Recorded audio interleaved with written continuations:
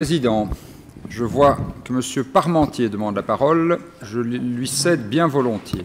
Merci, Monsieur le Président. Une petite réflexion sur la diminution de la masse salariale, notamment au niveau du service des soins et d'aide à domicile, où on est passé de mémoire 360 équivalents temps plein à 320, une fafiote. En somme, c'est une diminution de 10%. Je suppose qu'on a fait des améliorations en termes d'organisation, mais est-ce qu'on n'arrive pas à une limite inférieure de ce qu'on peut leur faire en présupposant que demain, elles devraient avoir plus de travail que maintenant, en termes d'avenir. Une deuxième sur les archives, donc la gestion des archives. Si j'ai bien lu la note, le bâtiment de Gosselies est déjà saturé. Et donc on parle d'un transfert vers Marcinelle, mais c'est moins d'en savoir un petit peu plus. Et une troisième sur l'ancien CHU. Suite à la découverte d'amiante, je suppose qu'on a une perte de temps, savoir si on a un décalage dans le temps de 1 an, 6 mois, 3 mois, 2 mois. Merci de vos réponses. Je vous remercie, Monsieur le Président. Monsieur le conseiller, au-delà du piment de vos interventions, je crois qu'il y a toute une série de réponses que vous auriez déjà pu obtenir par votre excellente conseillère de l'action sociale, et à mon avis, vous les avez certainement déjà obtenues, puisque certaines des questions ont déjà été posées par ces soins. Sur le CHU, c'est quand même relativement simple. Oui, il y a une découverte d'amiante. Ça a entraîné un surcroît budgétaire. Donc ça veut dire un accroissement. On avait un marché qui avait été octroyé pour un petit peu plus d'1 million d'euros. 3 millions viennent s'ajouter. Ben bon, c'est une dette historique, voilà, malheureusement, puisque le bâtiment a été construit dans les années 50. Il y a de l'amiante un petit peu partout.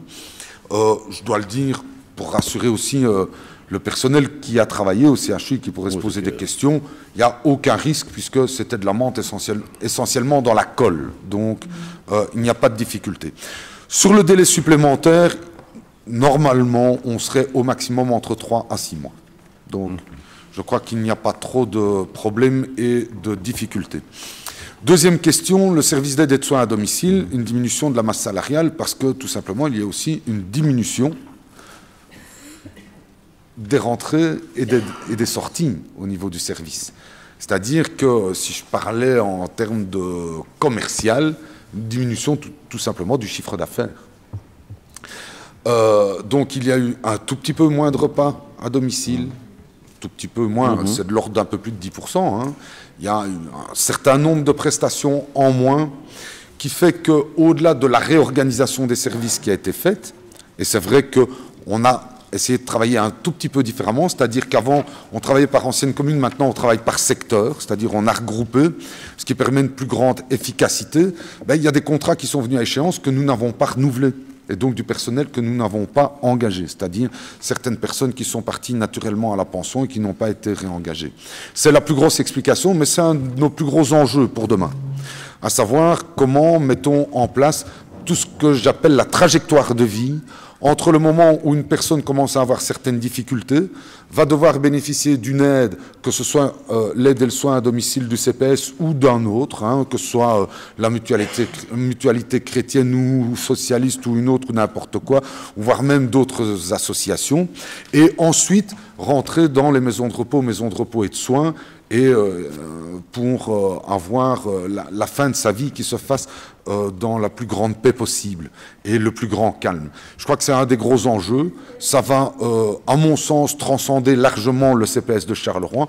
On en sera peut-être un moteur, mais ce sera certainement une excellente chose que nous puissions le mettre en place et essayer de partager ça avec les autres. Un des autres enjeux en la matière, c'est le complément par rapport aux services qu'on peut offrir. On sait bien qu'il y a un problème de prise, de subventionnement du secteur, au-delà de l'intervention de l'INAMI. Et donc, on a de grands espoirs dans la mise en place de l'assurance autonomie voulu au niveau de la région wallonne par le ministre compétent en la matière. Et donc, au-delà de la suppression de l'APA pour certains et du remplacement de l'APA par l'assurance autonomie, si on peut refinancer par ce biais-là le secteur, ça apportera une meilleure couverture, de meilleurs soins, de meilleures interventions et aussi le maintien à domicile, évidemment, des personnes. Et alors, la troisième, c'était... Sur les archives, alors ça travaille effectivement pour l'instant. On est à saturation. Les deux directeurs sont là présents. Il y a un plan qui a été proposé. Il n'a pas encore été validé ni par le collège ni par le bureau permanent. Il y a évidemment sans doute des budgets et certainement des budgets de remise en état de bâtiments qui sont à programmer, voire même aussi de matériel en fonction de ce qu'on souhaite demain. Donc voilà, le plan, il est là sur la table, il doit encore être finalisé, mais c'est un dossier qui avance. Merci, Monsieur le Président. Est-ce qu'il y a d'autres demandes d'intervention ?